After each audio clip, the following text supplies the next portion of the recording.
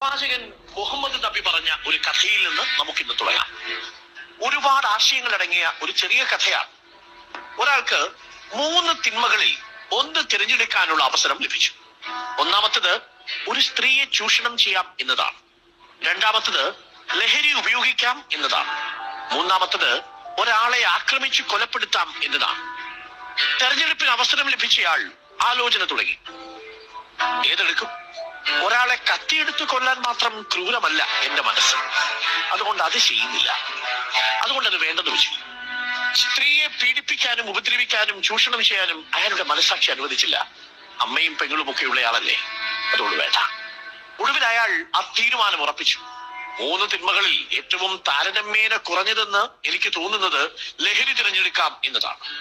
എന്നാൽ ലഹരി ഉപയോഗിച്ചതോടെ നേരത്തെ ഭയപ്പെട്ട ക്രൂരകൃത്യങ്ങൾ ചെയ്യാൻ അയാൾക്കൊരു കൈയുറപ്പുമുണ്ടായില്ല.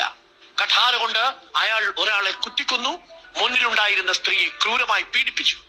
പ്രവാചകൻ ഇങ്ങനെ പറഞ്ഞ് അവസാനിപ്പിച്ചു: നിർബന്ധമായും നിങ്ങൾ ലഹരിയിൽ നിന്ന് വിട്ടുനിൽക്കുക. അത് ഒരേ സമയം ഒട്ടേറെ തിന്മകളിലേക്കുള്ള വാതിലാണ്.